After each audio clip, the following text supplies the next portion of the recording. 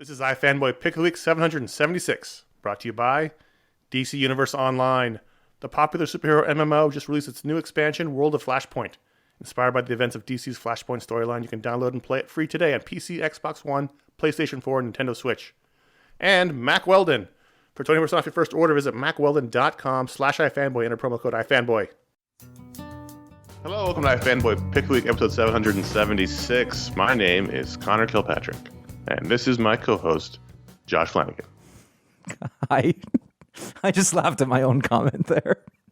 Sorry. It's just for us, though. If you're at home... We put jokes in after each other's names in the script, and some of them are inappropriate. Well, after yours, I wrote stunned silence, and I waited, and you didn't pause. So right. I was thrown off, and then I was like, what did I write for mine? Oh. We are iFanboy, and we read a bunch of comics, and one of us picks the one they like the best. We call it the Pick of the Week. We'll talk about that book. We'll talk about other books. There's a lot of books this week. It was a monster week of comics. Yeah. If we talked about all of the books we could have talked about, the show would be 2 hours long, and we don't have time for that. We had to make cuts. Like there was real painful cuts. Yeah, painful cuts. True. If you're listening, going, why aren't you talking about this book? It's because we just didn't have time.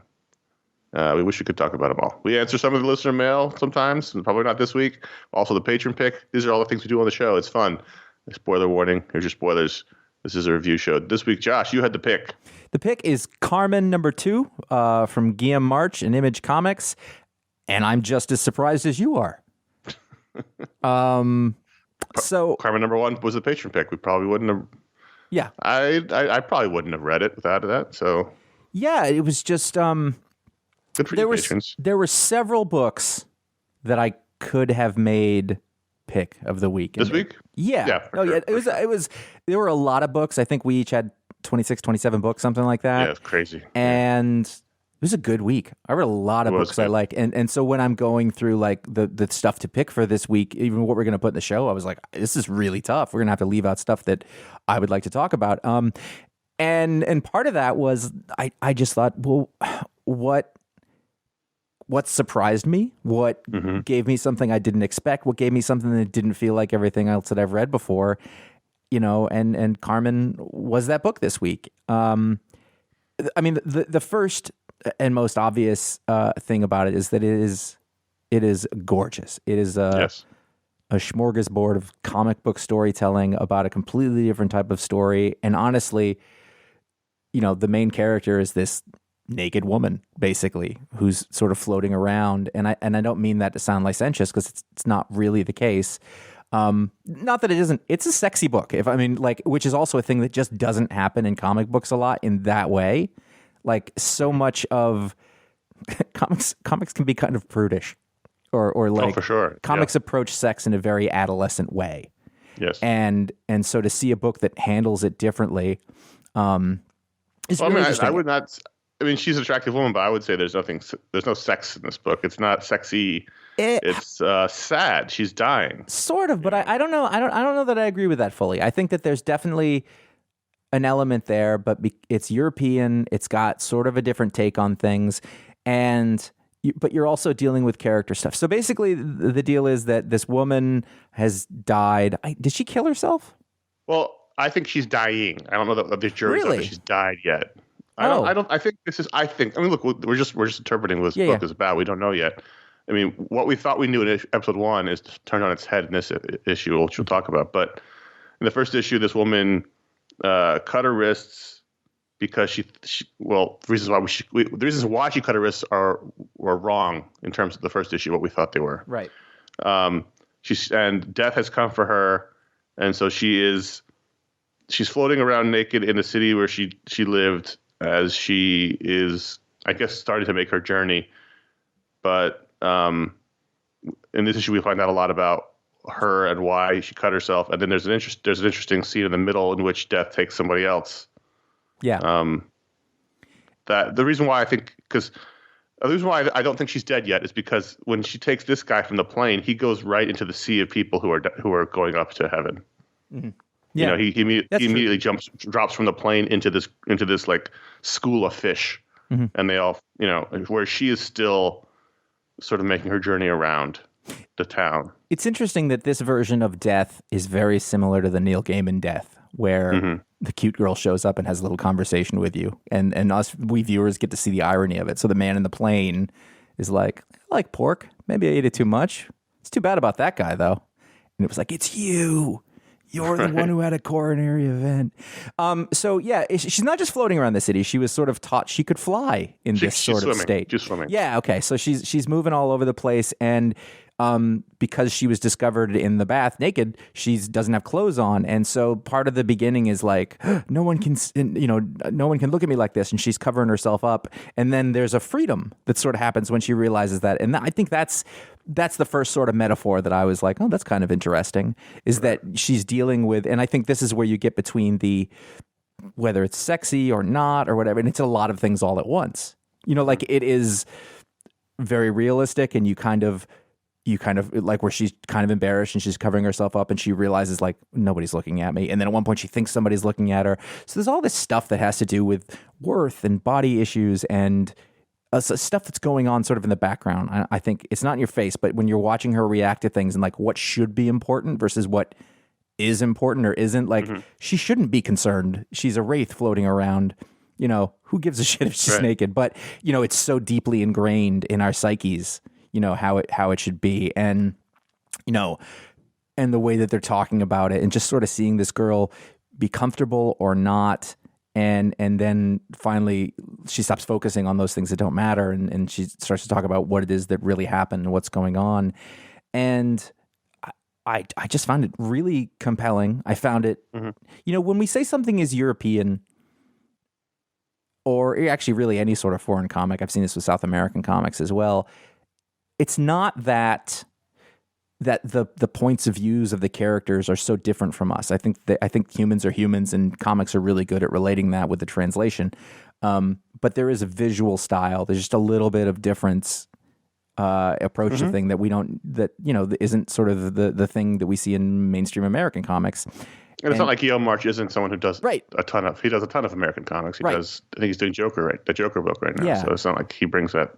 But he's not like her gay, Yeah, this is another kind of thing. I think this is a little like, it felt a little like Day Tripper. I think. Yes, for sure. It's got that vibe to it. Yeah, and I think there's just something about that. I mean, I find the time like I'm searching for meaning, and I don't mean that in a bad way. I'm just like, is the artist trying to communicate something here, or is it just what it is? Am I trying to pull something out of it that isn't there? And I like that. I like that there's seeming depth to it.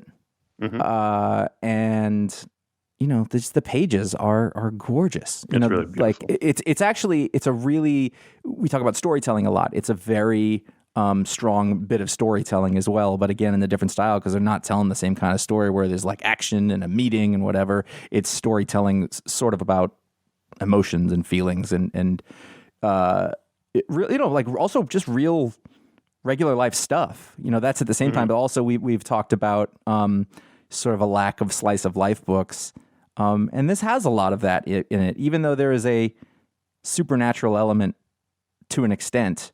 Death is death. Right. I mean, what we perceive at the moment of death is, I guess, could be called supernatural. Yeah, well, the floating around ghost afterwards, I think. But either way, like, it's still rooted in a human story, and the human is interesting. And the other people who are in it are interesting. This relationship that she has with this guy, that she's known. Well, I want to talk about that, because that, I think, is the most interesting part of this issue. With the last issue we talked about, we thought she had killed herself because this guy that she grew up with, who she's in love with, was cheating on her with a roommate. And that's actually not the case. The case is that the guy she grew up with, is in love with, has a girlfriend and was cheating on her with the roommate. And she, the protagonist. And we met her in the beginning. We met the girlfriend in the beginning, and then she was awful. So the girl, the protagonist, whose name I don't know, is upset that he didn't pick her, because she's been in love with him since they were kids, and so he chose the roommate, and so she's distraught, and that's why she cuts her wrists. And then, so two things that happened that were interesting. One was that as she was talking about it, the blood started coming out of the bandages, which I thought was that was a really great visual, disturbing touch. And then she tries to kill herself again as a already dying person. which was, I thought, really powerful. I think that I liked the bit in the middle with the guy, that the reveal was nice, and it was a nice moment to show you what's happening elsewhere. But then I thought the ending, the last scene, which is the scene where we learn everything, was really, really strong. The sort of blood showing up and that color and the change of her mood, I thought was really great. I do want to mention also really quickly, again, as I'm flipping through this now, the storytelling in this is stunning. Like, it is all over the place. Those pages that you were just talking about, where she's standing on top of that, whatever that weird geometric shape is, that sculpture. It's words, actually. It's letters. And as we look, there's a different one that's sort of shaped like stairs. But I mean, these panels are like, these are like David Aja, but pretty. Mm-hmm. It's kind of what's going on there. And like the facial acting and his anatomy on this girl's amazing. Like, it's so good. And then I was talking about before, she has a very realistic body. She has folds, and she has a bit of a round belly, but she's still very attractive. She's not a supermodel body. She's a real person's body, and it makes it more relatable. You've got this huge overhead shot of a plane with its wheels down, and you see in the background the mountains and the city. I don't remember where they are here. Is it South America? Something. I don't remember. Whatever. Maybe it's Spain. I think it's Spain. Anyway, it's a gorgeous sort of overhead shot. So and then we see Death talking to the guy. And then when we cut to the wider shot, it's done like with a wide angle lens. Like, everything is distorted and has this big depth of field. And, the guy's looking out the window, or his spirit or whatever. And Death is checking her texts. Right. It's a lot of things going on at once. The page with all the bodies falling out of it there's just no expense spared on this thing. The coloring is really beautiful. I kind of didn't realize, like, she's blue the whole time, but you kind of forget about it. And it's a really nice contrast with the reddishness of her hair. And, it's just a really rich world, and it's kind of sort of poetic and beautiful and floating. His lines are amazing. It's just, I was just blown away. I didn't really know what to think so much of the first one, other than it was really good, but I found myself really captivated by the second issue. And so when I was looking at everything, and we'll talk about some of the other ones that had a shot here, and it was kind of close. I thought, well, this is really the thing that made me the happiest. This is the one that next time an issue comes out, I'm going to be excited about. I liked the first issue. We talked about the first issue. I liked it. I thought this issue was terrific. This was really, really good. Who do you think texts with Death? I assume that's like, we got one up on 4th Street. She's like, I'll be there in a minute. But it's not like, there's not like a person on the other end. It's just like a system. So it's not like, did you see Falcon and Winter Soldier yet? Yeah. No, not yet. I've been busy taking bodies. Although she's ready to hang out with the girl. Yeah. So she's ready to party. She seems like a good friend to have, this Death. She's like a cool chick. Yeah. So I when your email came through, I was not surprised. Yeah. Well, that's good. So it was a very good issue. But you're right. This was a week where you had a ton of options. Yeah. Which is a whole different problem than when you have no options. I think it's a better problem. It's a much better problem, because you at least get a chance to talk about those other things and sort of be like, well, this was great too. Rorschach number 7 came out, and I'm not going to tell you that it was my favorite issue, but I could have made it pick of the week just based on the fact that it was about Frank Miller turning into Rorschach. And if you haven't read it, let that sink in for a minute. Yeah. And all of the myriad possibilities of what that conjures for you. So apparently this is based on a story that Frank Miller told Tom King about going to a seance with a bunch of old comic creators when Otto he was Binder, young creator. So this is the underlying story here is based on something that actually happened. But the part where then Frank Miller starts dressing like Rorschach and talking like Rorschach, I don't believe has happened, but who knows? I don't know. I have not read a book that I have done so much flipping back and forth in. To sort of like, and I don't think, this isn't to say I think it was badly done. I think it was so subtly done that I kept looking back to be like, wait, where are we? What's the clue here? And then I go back. I downloaded the last issue so I could see where we left off at the end of that, because at the end of that one, the investigator guy is knocking on a door, and I was like, wait, so is this his door? And then I'm reading the book, and it didn't occur to me that was Frank Miller until at one point, a couple of pages in, he's like, well, when I came from Vermont, I was like, wait, is that Frank Miller? and then so I go back, and I'm like, wait, the guy who answered the door is Rorschach, though. And so you're switching back and forth. I kept going back, and there were no storytelling problems. I want to be clear about that, but I just wanted to see the breadcrumbs as they were laid out and understand it. And it was the weirdest fucking thing. So either way, when Rorschach's over, I'm having Tom back on Talksplode because this needs to be worked out. So one thing I really like about this book, and also it was also dealt with in the TV series, was the fallout, the psychic trauma from the end of the original Watchmen story. You know, how this fake alien invasion really affected people, because that was obviously the big plot point of the show. And here, you know, the idea that the squids are coming back is, you know, permeates through this group, and I like that bit, because it was that would be pretty traumatic if the giant octopus invaded. Then you get into the weirdness of, you know, this tape and hearing secret messages in the tape, and the tape says to kill Turley, which was the inciting incident of this series. So that's weird. Frank Miller walking around dressed as Rorschach by the way, by himself in his house. Yes. And he was all dressed. He didn't know the guy was coming. Unless, like, he has the suit and the mask ready to go by the door, and he was like, hold on, and he had to get ready. Because that's the only way that he'll see other people. Otherwise, he was just hanging out in his house dressed as Rorschach. I kept going back to the fact, like, all right, so also they say in this that Frank Miller didn't do the Dark Knight; he did the Dark Fife, because in this world, pirates are the thing and not superheroes. So that's right. Just a little thing that happens. It's not like saying 555 for a phone number. There's a reason that it's not Dark Knight. But if you think about it, you know, The Watchmen, 1986, you know, that and Dark Knight are the two. You know, the game changers, it's like the Beatles of comic books. That was the year of the Beatles and Stones. And it's interesting to have him in this story get transformed by that. And I don't know what or if it means anything, but it's an interesting juxtaposition, because he's known for basically doing the same thing at the same time in concert with Alan Moore and Dave Gibbons. And he is now the character. I also really like the idea that, like, Rorschach, and this happened in the show as well, I think he's using it, is become like this concept. It's like it's almost like a Q kind of thing. For sure. He's the martyr of the story. Yeah.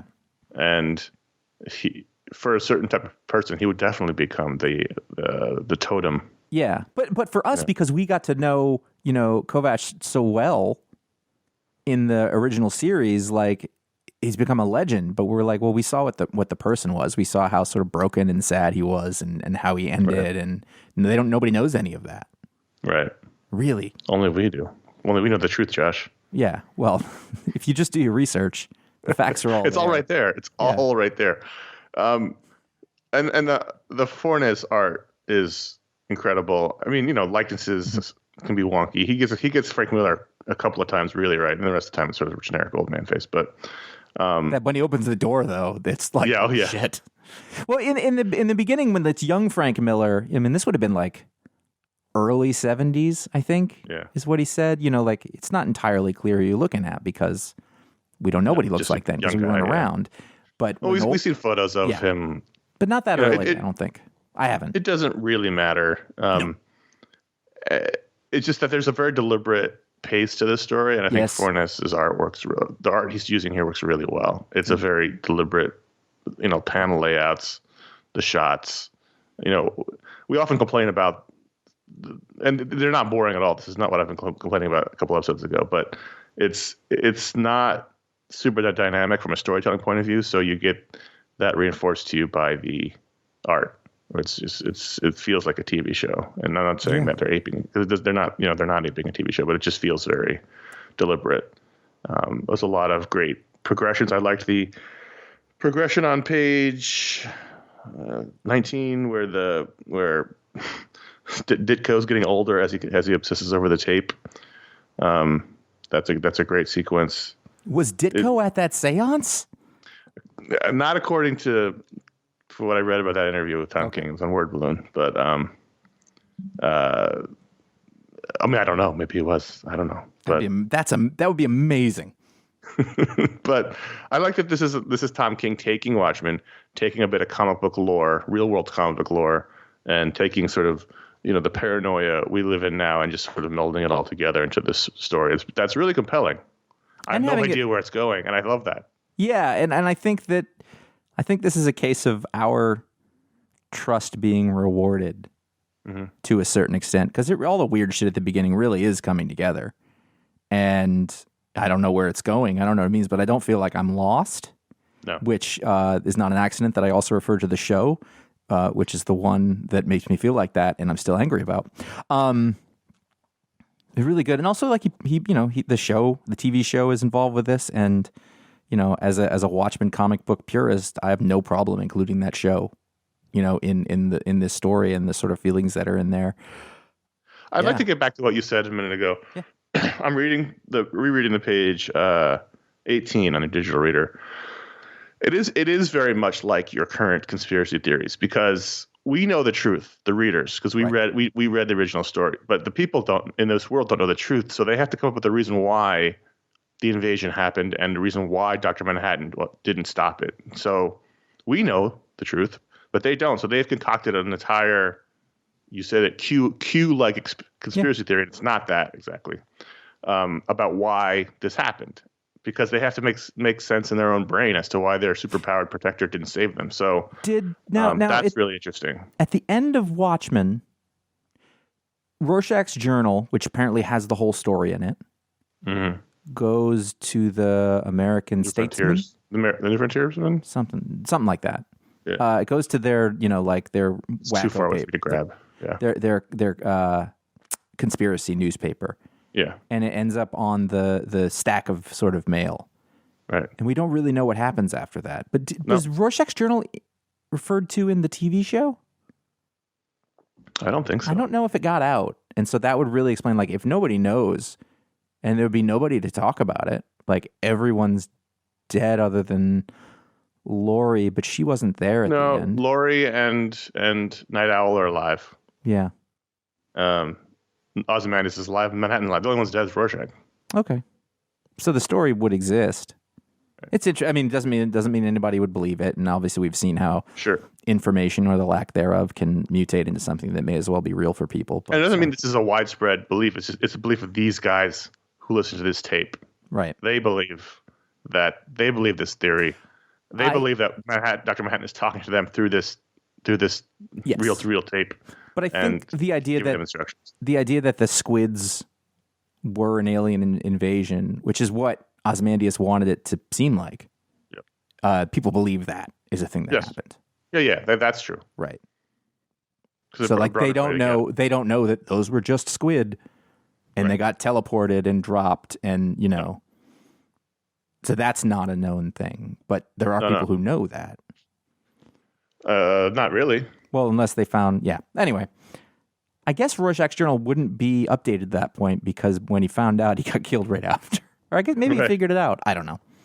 The point is, I like that there's this group of comic creators who have decided the only reason it makes sense is if Dr. Manhattan, failed, and he's sending us messages now. And so this is all wrapped up in a lot of things that are going on now in the world. But without it being on the nose. A lot of times when people include comic book real people in stuff, it's really sort of self-congratulatory and sort of silly, and it's fun. I mean, like, I don't know if everybody's going to enjoy this as much as you and I, because like we know these people, we know the story, we know comic book people. Like, it's interesting, but I think in this context, because Watchmen is such a self-referential thing, it is not a story that exists on its own. I mean, you can read it that way, but it is built on comic book history. Like, knowing that it's a comic book matters a lot to it. So having these people come in and be characters in this, I think, is completely valid. That's how Frank Miller is sort of tangentially related to it, because he's part of that movement. The Steve Ditko character is related to it because Rorschach is based on his character. It's the question. So that's how he's related to it. Like, and I'm sure Otto Binder, whose name I know, but that's about it. Like I was like, that's a real person. And I looked him up, and it is. I think it all works. I think it's the right kind of postmodernism, for your big word. Anyway, it was great. I'm not gonna sit here and be like, I loved it, but afterwards I was like, wow, something happened, you know. And it was cool. Yeah, I was like, okay, so we're doing this. All right, let's do it. So we talked about Infinite Frontier and DC's new paradigm, which is basically anything goes in your story. And so I think even though there's no Infinite Frontier branding on the cover, Batman the Detective #1, the new miniseries from Tom Taylor, Andy Kubert, Brad Anderson, and Clem Robbins, is a very clear expression of that. Because here we have basically a future tale of Batman, old man Batman. Mm-hmm. And so, you know, if continuity is not as important, supposedly, and you have the freedom to tell what you want, then Tom Taylor telling the story of, you know, older, beefier, I'm not going to say Dark Knight because he's not that old yet, but he's a little bit Ben Affleck Batman here. Yeah. Then sure, go for it. I mean, in the old days, this just would have had an Elseworlds stamp on the front. That was really my main thought when I finished it. I thought there's another one. There's another book that we're going to talk about later too that just should have had something like that. Right. I was like, oh, it's an Elseworlds story, which I'm so used to now in DC that I don't even think about it that way because they do it all the time. I thought this is going to be the one, if anything, that Connor's going to get mad at me. No, I thought this was really good, but like this week was I don't know what I would have done. This was embarrassment of riches this week. I thought this was pretty good, but I wasn't blown away by it. Mm-hmm. I think that's fair. And I think I saw people on the Discord be like, wow, that's the best Batman I've read in a really long time.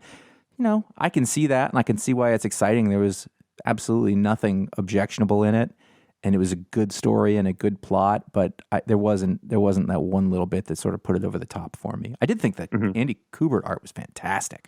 I thought it was some of the best stuff he's done in a while. Yeah, really, very much so. It took me a while and there's a couple of wonky things, but it took me a while to sort of get used to the beefier Batman. Like, he's like a bruiser. I like that. I like that, especially if he's getting into sort of, you know, late middle age or something like that, because he's not going to be as lithe. He's not going to be as, you know, as you and I know, packing on muscle is probably one of the best ways to protect yourself because everything else is failing. So that's a thing that he can do. And I like that as a look too. I don't know that he necessarily had to wear the detective outfit or whatever that is, the coat. But well, he's in another world. So the story opens and there's an attack. So Knight and Squire, let's go back to them. They were the characters. I don't remember if they originated there or not. They may not have. The Paul Cornell miniseries from a few years ago that we really liked. They didn't originate there. He took them, but. So Knight and Squire, that's the last time I remember reading about them. They're sort of British Batman and Robin. They were in Grant Morrison used them. That's right. Batman run. And so here, the woman Beryl, who was Squire, is now Knight because we're in the future, and she has a new Squire. And Beryl, aka Knight, is attacked on a plane by a bunch of people wearing white Batman outfits or masks, and that brings Bruce to. Who, you know, it's older. Alfred's dead, which he's dead everywhere. You know, the family's gone. He's decided he hasn't done any good in Gotham, so he basically shuts down the manor and he goes to England to investigate this attack. And you know, he's got his luggage. He's moving to England. And I'm coming to London, Doug. And so he's got a new outfit. It's he's got high boots. He's got a leather jacket cape instead of a cape. I think it looks cool. It does. And then he teams up with the new Squire to figure out what's going on. It involves Gentleman Ghost. He's got special gloves that lets him punch the ghost, which I thought was fun. And so we don't really know what's going on here other than there's people in England who are dressing up as white Batman, and they're out to kill everyone that he has saved. That's the big reveal. Yeah, I mean, through some comic book logic that we're not going to worry about, they arranged for everybody on that plane to have been somebody that he was live, he saved. The point is that Batman is going back to, he goes, I didn't make a difference overall, but I know that I made a difference to those individuals, and that's sort of what he's clinging to, and now somebody's trying to take that away from him. Yeah. I think it's a good story. It's a great idea. And it's a good pitch. I think it was a lot of fun. I really enjoyed it. I think it was not all what I expected when they announced a Batman miniseries from Tom Taylor, but I was like, all right, let's go for it. Well, let's tell this Elseworlds story. The good bits about it, I think it actually really reminded me of a Grant Morrison type of story, where Gentleman Ghost is a very silly character. It's a very and the way that he beats him up, it's just that it was done very straightforward. It was more clear than a Grant Morrison story, in that way. So it's a little more accessible, I think. I really liked the stuff between Batman and Beryl, in the hospital, the way that they talk to each other, that relationship there. Yeah. He softened a little, and she's like, did you impress her? And he's like, I don't know what you're talking about. She's like, come on. And he goes, I punched a ghost. And he's got a little smirk, there's just like a little more comfort, a little more, less of that sort of dark, grim, horrible, character, right, because he's around. This is like extended family. In a way. Got left. Yeah. Yeah.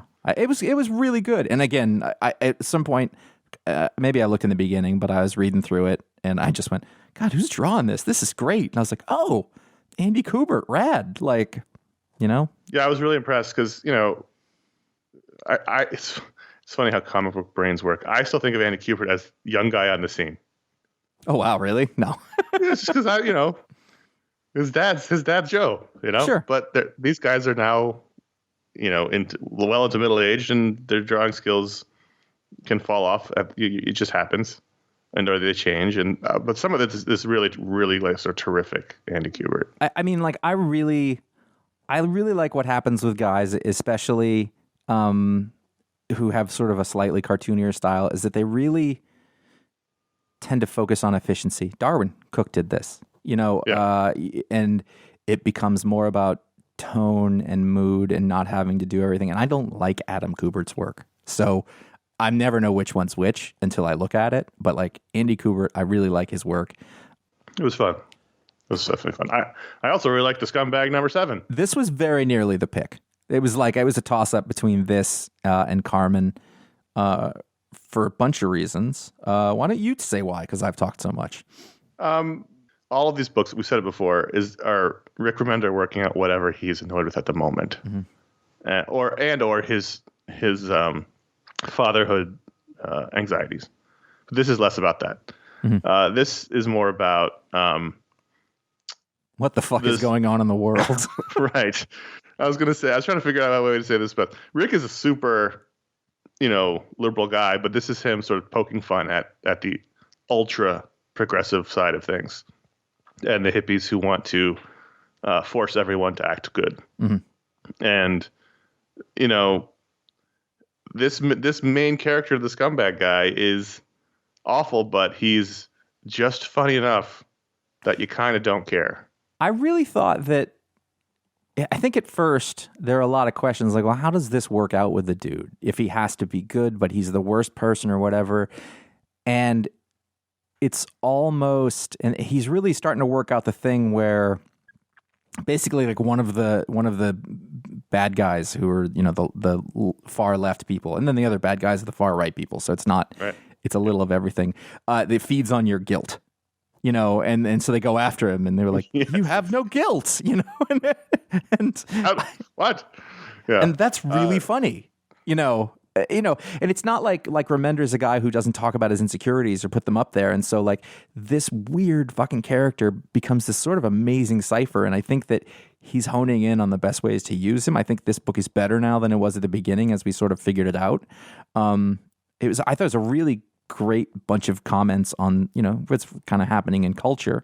Well, the beginning is all about, we see the villains who, they're the far right guys. They dress like Proud Boys, and but then it's just revealed they're the puppets of, the billionaire class, which is who are not supposedly they're not supposed to be down with. But the guy's like, well, they pay the best, so who gives a shit? Yeah. So that's kind of that's very, very on the nose. I like that their plan was, I forgot about this. Their plan is to use this magic gobbledygook machine, doesn't really matter, to merge the present with the 50s. Because that was the last great time in America. Like, yeah, that was pretty awesome. Whatever this machine that the hippie group has, will allow them to do that. They're going to merge right now with the last era where America was truly great, and we see images of Bobby Soxers, and we see Elvis, and we see 50s cars, and sure, go for it. And then the other side, the hippies, they want everyone to act right, so they're going to force it. And the Scumbag's like, well, that's just fascism, which is slightly more enlightened than I think he'd be, but it didn't matter because it worked for Feels the like there's another word for that rhymes with lashist. And that took me a second. I had to say it out loud, and I was like, oh, okay, yeah. And I thought, I don't think he's going to use that word, but whatever. My favorite bit was there's the one guy, and I think he might have a top knot, and he goes after them. Yeah, he does have a top knot. And he starts yelling like really basic liberal statements. I got my dogs from a shelter. Donald Trump is bad. I'm against misogyny.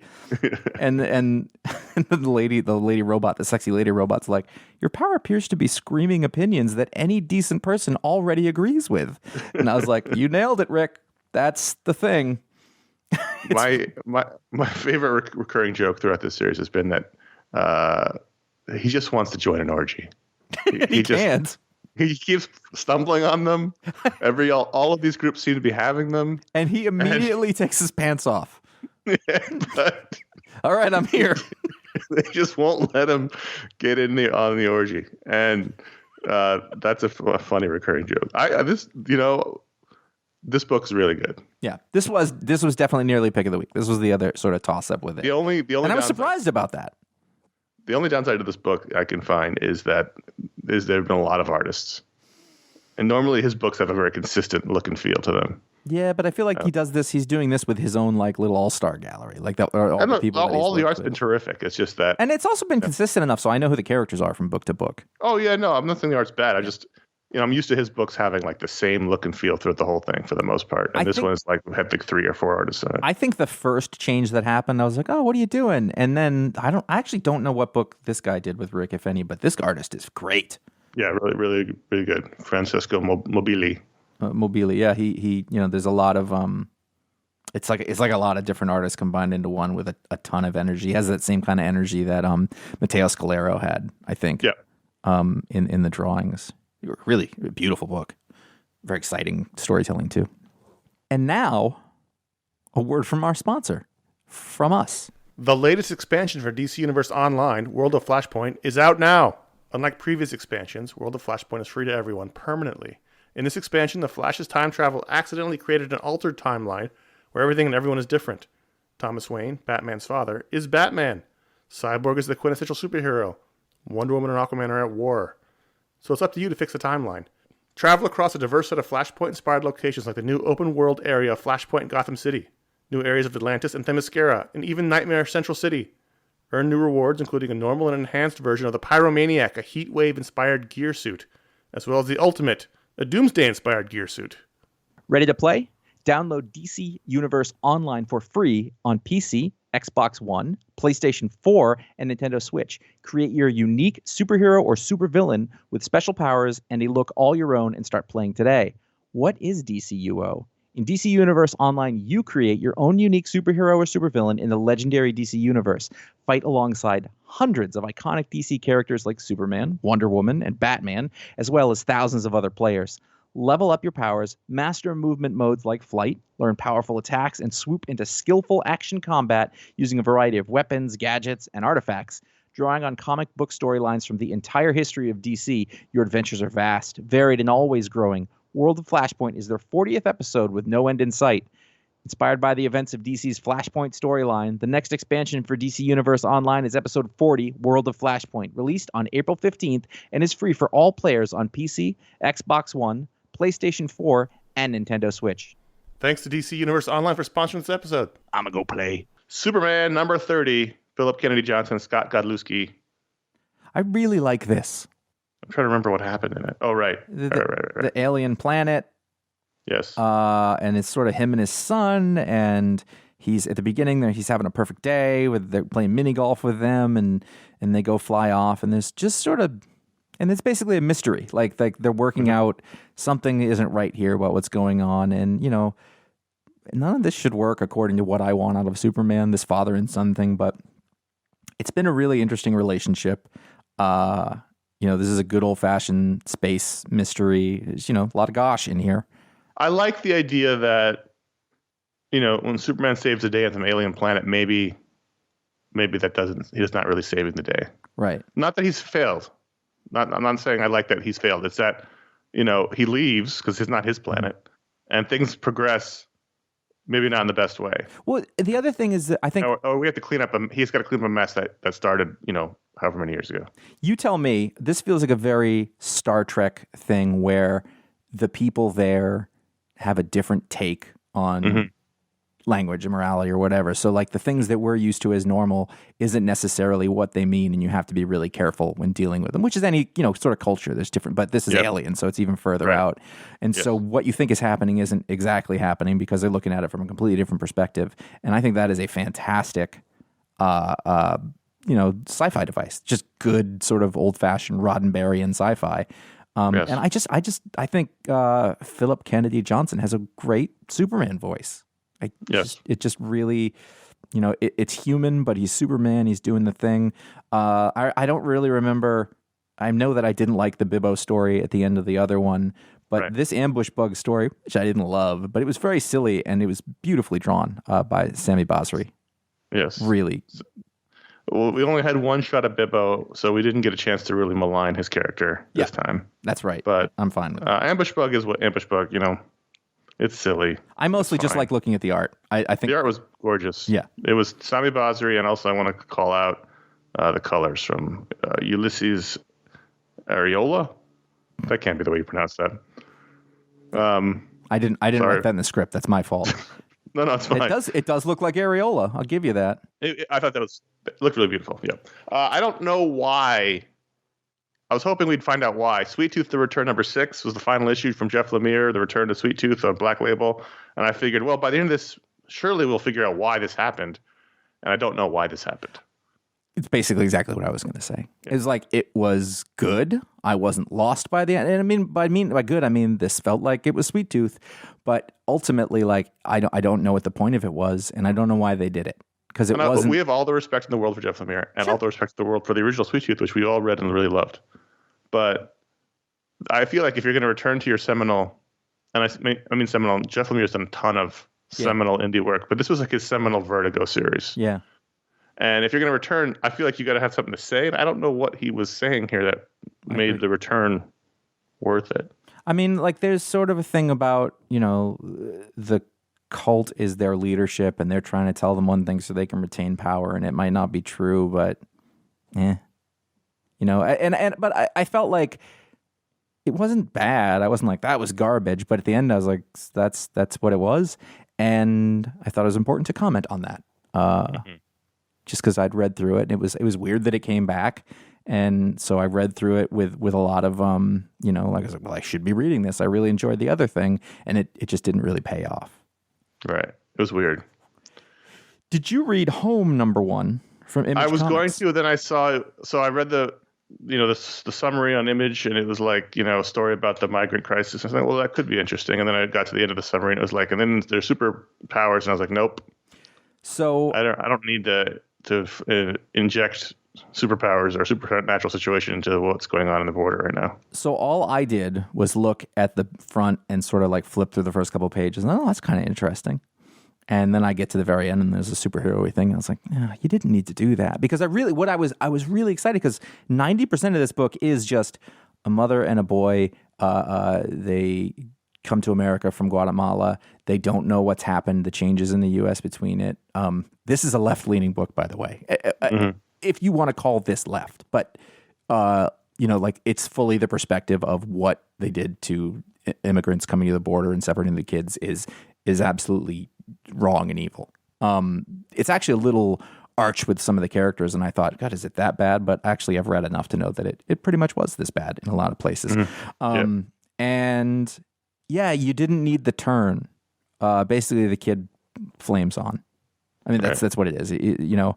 And it was totally compelling enough on its own to tell that story. I get it, it's comic books or whatever, but I was kind of like, But everything, it was good. Like the sort of story and the cartooning, I think it was worth reading, but I don't think that other thing was necessary, just like you. Spider's Shadow #1. Chip Zdarsky, Pasquale Ferry, Matt Hollingsworth, Joe Carmagna. I am annoyed. Yep. I liked this, but I'm annoyed. There's a what if stamp on it, like it's an Elseworlds book. And I didn't even see that. My complaint was going to be that it should just be a what if book, which I guess is up there. It's on the cover. It's tiny. So What If's one of my favorite Marvel things of all time. I loved What If comics as a kid. The whole idea of What If was it was like a one-shot book that explored what would happen if something different happened in the Marvel universe. Like, for instance, Peter Parker saved Ben, or Captain America never came out of the ice, or things like that. And then it would be a morality tale. We'd find out that the true path in Marvel was the better path because everything went to shit the other way. It's the Twilight Zone in comics. Yeah, It was great. Yep. So, first of all, I think there's a big disservice, as you've discovered, not putting What If in the title. Because I didn't really realize. I thought it was another. Because Chip Zdarsky did that Spider-Man Through the Ages book. I thought this was similar. And so then you have to look and see there's a little What If stamp in the corner. I didn't even see that until just now when you said it. And it's not even like they couldn't minimize it more if they wanted to. In fact, it looks like a fucking Q. Anyway. Yes, I think that's a problem. I mean, I don't necessarily have a problem that it's a full mini-series What If story, but I think you gotta use your branding and just go, what if Spider-Man, what if Peter Parker became Venom, which is basically what this story is. I think in general it's an awful cover.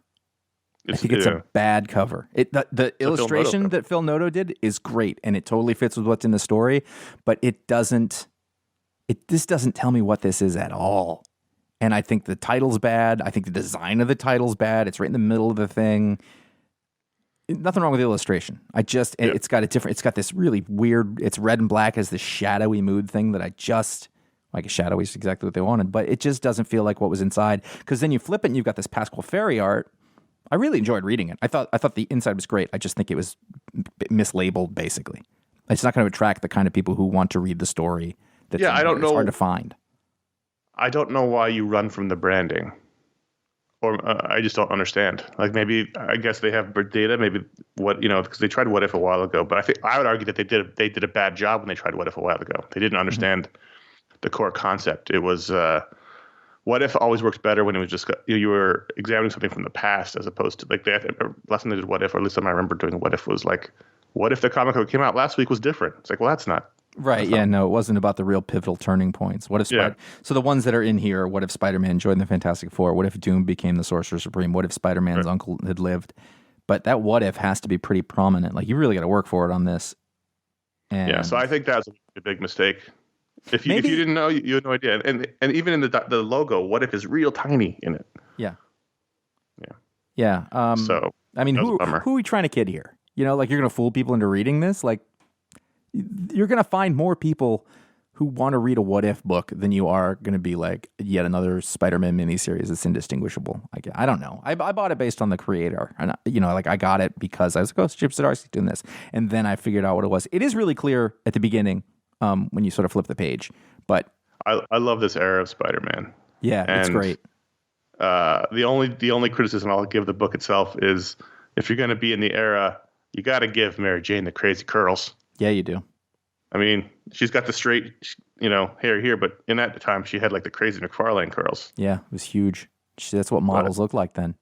All right. Lock and Key, the Sandman, Helen Gone #1. This is the first issue of the actual miniseries. We had that prelude special a while back that included some reprints, but this is the actual first issue. And I really liked it. Joe Hill, Gabriel Rodriguez, the usual team behind Lock and Key. And in the events of the last issue, and then we also have the events of, this ties into the Lock and Key miniseries that just came out, the World War I miniseries. So that family is the main protagonist. The son had died in that story, and we flash forward here. The younger sister is now older, and the father is near death, and she has traveled to England to try to use magic to find a way to rescue her brother from hell, because that's where he is since the last miniseries, and that's how she gets involved, and stumbling upon the Dreaming World and Daniel and the House of Mystery and Cain and Abel and all those characters from the Sandman world. So it's very, it's first issue. We sort of get, into the story and the characters. It's terrific, like all the Lock and Key books are. And and actually works with these characters. So it was. I thought it was a lot of fun. I think Sandman fans would like it, but then again, I don't know. They're very touchy. Are they? I don't know that you have enough information to base that on. I think it's a thing like you could meet some who are, for sure. The complaints we used to get when we make Sandman jokes, that's all I'm basing it on. Well, yeah. But, I mean, like, everybody read Sandman. Just some of the Sandman fans. It's like one of those necessary texts. People of a certain age have read that book who read comics, I guess. We want to thank Mack Weldon for sponsoring the show. Everybody's thinking about spring right now. It's coming. You're going to need to be going back to outdoor activities and workout routines. Although it is snowing right now. It is. It's snowing heavily here. We've had, that's a thing. But the thing about Mack Weldon and doing things outside or wherever is layering. And they've got stuff you can layer. Just try. I have some of it. It's good stuff for that. But there are spring essentials because, it will come. I'm not happy about spring, by the way. I love my jacket and I want to wear boots and jackets all year. I'm fine with that. Anyway, body mapping technology, fabric mesh zones, Mack Weldon's stealth boxer briefs deliver enhanced breathability and support, and they feel quite smooth. Perfect for everyday wear to be layered under workout gear. I've used it in both of those instances. For sweatpants, you can wear outside without feeling like you're wearing sweatpants. You want to check out the Ace line. Again, I can confirm that. I've been doing yard work. I've been walking the dog. We're out now. We're doing things. I wore the stealth boxers while skiing. But that's over now. But still, it was spring skiing, so that counts. That looks great. It feels great. From working out to going out, for just literally wearing around the house where we've been forever. Mack Weldon's great for everyday life. There's a wide range of customized fabrics. So it's interesting. Like you've got the stealth one, you've got the 18-hour, you've got the air knit, all that different stuff. Depending on what you're doing, it's really specialized. And God knows I love specialized items for activities. I'm such a big fan of that. Then there's Weldon Blue, which is a totally free loyalty program. Level 1 gets you free shipping for life. Once you reach level 2, which is by spending a cumulative $200, you will get 20% off every order for the next year. That's baller.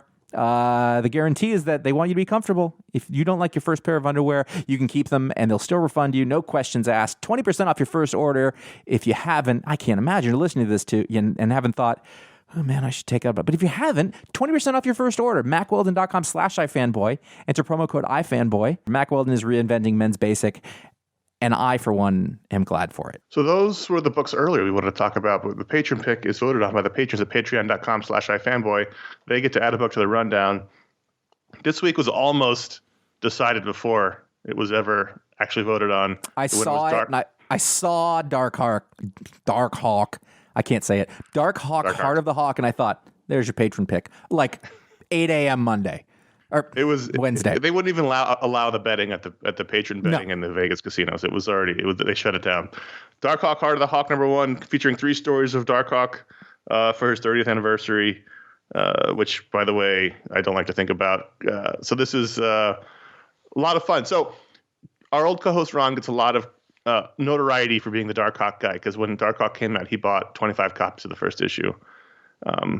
But you weren't reading comics 30 years ago, right?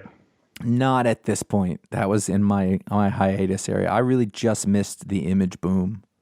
Right. So everyone was all about Darkhawk of our age, which was, I think, 30 years ago makes it about 3 years old. Everyone who I was reading comics with was all about Darkhawk. We were obsessed. I remember I have one of those distinct sense memories of reading that first issue of Darkhawk. We were obsessed with Darkhawk. We were obsessed with the New Warriors. There was this feeling that we had all these new characters that were going to be ours, and that didn't really last ultimately. But so Ron may have bought 25 copies of the first issue, but everyone reading comics then was at least in my circle of friends, was huge Darkhawk fans. I was a huge Darkhawk fan. Yeah, I missed it. So when you guys were talking about it, I just lumped that in with like other stuff from that time that came, and everyone was like, ah! And then it went away. But I can say that Ron at one point sent me the Darkhawk trade, I guess the first miniseries. I want to say it was 6 or 7 issues, and I read it. So this wasn't great. I wasn't going in not knowing anything. So my last point will be that there was an attempt, and I guess it's been an attempt throughout the ages, to create the new Spider-Man, right? So Nova, I think, was that attempt in the 70s, and Darkhawk was that attempt in the 90s to create the new young character for the kids. you know, that the kids will relate to. They're all from Long Island or Queens. Everyone. You know, Peter was from Queens. Nova was from Long Island. Darkhawk's from Queens. So they're all, you know, it's literally, they're all trying to just replicate Spider-Man, and it never really sticks. But here we have 3 stories. The first one from Danny Fingeroth and Mike Manley, the original creative team on the book, was my favorite. Mostly because I didn't, you know, we'll get to the other ones in a second, but, you know, very much in the first year of the Darkhawk stories, I vaguely remember these people. Like, it's been a long time. His dad was a cop. Sense. They thought he died as a hero, but it turns out that he was getting paid by the local mob bosses, and then what's his name, Darkhawk, saw something, and so then the mob boss went after him. But then the mob boss also has a pretty daughter, right. And an alien comes down and he gets a suit. End of story. Oh, he's got a mom and a little brother, and so he's always late. Because he's Spider-Man. My favorite bit of this first story was, so Darkhawk goes on a date with the mob boss's daughter because her date was an asshole. And so she just grabs this random dude and takes him on a date to Lincoln Center. And that's where this other guy attacks Savage Steel, who turns out is his father. And my favorite bit is that the mob guys show up, and one of them has a bazooka. And there's another mob guy who is loading the bazooka for him. It was like it was Band of Brothers. Mm-hmm. It was like really complicated. That's a very specific thing to like the most. You're right. He's got a satchel with extra ammo. Yep. he puts the next propellant in the bazooka, taps the guy in the head. You know what I think is nice is that those guys, like, they've done this. They're practiced. Mm-hmm. It's very funny. I didn't see that. Bazooka. The other guy's gonna load it for him, and the other guy's got like a Thompson submachine gun. It's like these guys are right out of Band of Brothers. Well, given I don't know when this takes place, but no, they wouldn't be that old. So I thought it was fun. I thought it was a fun throwback. It was nice. I remember even going to New York Comic Con in the 90s and getting Mike Manley to sign my copy of Darkhawk #1, which is now, you know, gone. But we were huge Darkhawk fans. Then the second story was tied into the Abnett and Lanning cosmic stuff. So it was written by Dan Abnett, drawn by Andrea DeVito. And I didn't read any of that. So I was less invested in this. I may have read a little. I mean, I recognize the tone and the era that we're going down. See, what's funny is that I didn't read any of that stuff then. And then when Darkhawk first, I can't say the word, apparently. I don't know why. My diction has really become a problem. When he came back at some point and they had said, oh, this is Darkhawk. He was like in a AA meeting or something. Like he's fucked up. He's not okay. He's been through some shit. You know, he was like he was a nom. And, those are the only 2 versions of the characters. And I have never really seen anything in the middle, you know? Like, it's funny because he was supposed to be like, hey, let's appeal to the kids. And then 25 years later, we're like, let's appeal to the disillusioned adults. And that's what the character is. He's a cipher. And it was all fine. He went to some, Star Wars bar and he fought the Brood, and it was enjoyable. I just didn't read this era of those books. And in the last story, I assume, which takes place quote unquote now, written by Kyle Higgins, who does Darkhawk book. Radiant Black is doing a Darkhawk book, drawn by Juan. Is that a typo? Juanan? No, it is not a typo. Juanan Mirares. Takes place now, and I assume we'll be tying into the inevitable Darkhawk series that's coming. Because it's coming this later, Darkhawk stories again. So do you think Kyle Higgins is going to write a Darkhawk series and then a faux Darkhawk series? Apparently he is. Wow. That's good work if you can get it. So Darkhawk here is very disillusioned. He's like, here's what I want to do in the book. And they're like, no. He goes, it's cool. I got it. or it goes the other way. Like, these stories are kind of boring. Yeah, really? Huh. I don't know what I'm doing with the good ideas. Sideways look. So he sends himself into some sort of dark black hole and sends his magic crystal away. I don't know. I like this one the least, but that's just because I literally have no recollection of it. I mean, I read it like yesterday. Yeah. Nothing. It did not stick. He flashes back to the 2 previous stories in this issue, and then it's sort of like he's sort of like committing suicide, but not really. Mm-hmm. but kind of. Everything changes. So one Darkhawk, one decision. What I liked this as a book, Darkhawk, Heart of the Hawk, #1, as a tribute to this character who was a big deal for like 15 minutes in the 90s. On his 30th anniversary, that they're going to try to bring back because that's what has to happen inevitably. So I'm going to rate this book out of 5 a 3.5 because I enjoyed it, even if it was, didn't all touch me in the ways it could have. It was I had fun reading it. I'm going to go with 2.5. I really only thought it was kind of fun to read the first bit because it was throwbacky, but being done now, and it was done by the same people, and I'm always interested in that kind of thing. And so that kind of comic book was it was fun to sort of The first bit was the best bit.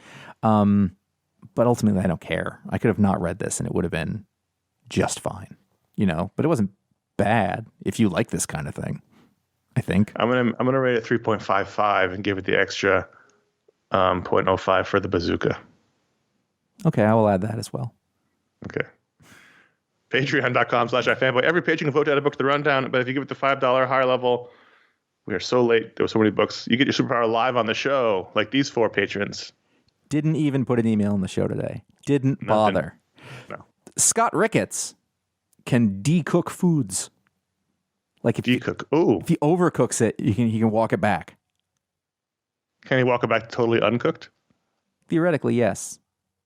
Yeah, like we made too many. I can uncook this and put it in the freezer. I didn't even think of that, but yes, he can decook foods. Interesting. He can't like pull the ingredients apart again. Mm-hmm. Like so, if you made too much sauce, that stuff's all still intermingled. It's just raw. If you go that far, but really, in terms of like, we overcooked the such and such, he'd bring it back. You want this guy there at Thanksgiving. Right. The turkey's not going to be dry. Yep. But Scott, dial this back like 10%. Yeah, there you go. We should have taken this out 12 minutes ago. I got you, dog. This pasta's a little squishy. Don't worry about it. I'm all over it. Mm-hmm. Patrick Foley is going to wish he had the power I thought of while I couldn't sleep the other night, but I can't remember what that was, so I'm sorry. Patrick Foley never needs sunscreen. He doesn't absorb the UV rays, the radiation from the sun. Wow, he has SPF unlimited skin. Yes, he doesn't tan either, but that's fine. He doesn't have to worry about cancer. Or I mean, presumably he's also got incredibly smooth skin. Right, he doesn't wrinkle. Yeah, he just looks great. Yeah, he just looks fantastic. Yeah. Sorry, I was having a fantasy there for a moment. Lukas Mucke. I don't know if I pronounced the E. Mucke? Mucke? Lukas? Listen, Lukas is spelled differently, so it's not a name in my native tongue is my guess. But Lukas remembers every phone number he's ever seen. Oh. So once he's dialed, read, looked at, saved a phone number, he knows it forever. What's the number to that sub shop over there? He knows it. Now, does he have to make that sound while he accesses it? No, that was. I mean, it might be cool if he does. Yeah. Okay. Then yes, he also makes that sound when he's remembering. Is a clicky old computer sound, and he's got that. Now this power is almost useless in today's world, where A, no one calls, and B, you can just be like, "Hey Siri, call this person." But I would actually argue the opposite because, like, no one knows any phone numbers now because you just tap the name on your phone. So, like, if you're ever in a situation where, like, your phone's dead or something, or you're, like, I don't know, arrested, and you need to make a phone call, like, you're going to call your wife? I don't know. Her name. I know her name. I know her number, but like, I know 3 phone numbers. Right, exactly. I know my wife's phone number. I'm not counting mine. I know my wife's phone number. I know my mom's phone number. And I don't know why. I know Ron's phone number. Because he's had it for 20 years and it's got a pattern to it that's easy to remember. It's also got like three digits in it. Yeah. I don't know your phone number, but you also, do you still have your New York number? I have a New York number still, but I've had like 4 phone numbers. Yeah, I think that's why. And Ron's had 1 the whole time. Yeah, exactly. Stuart Condie. Let's see. What does Stuart Condie do?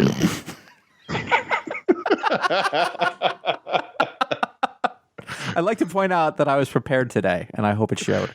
Good job. I think you did a really good job. Instead of thinking about something to fill this airtime, just tell me how I did. Stuart Condie. What can you do, Stuart? So...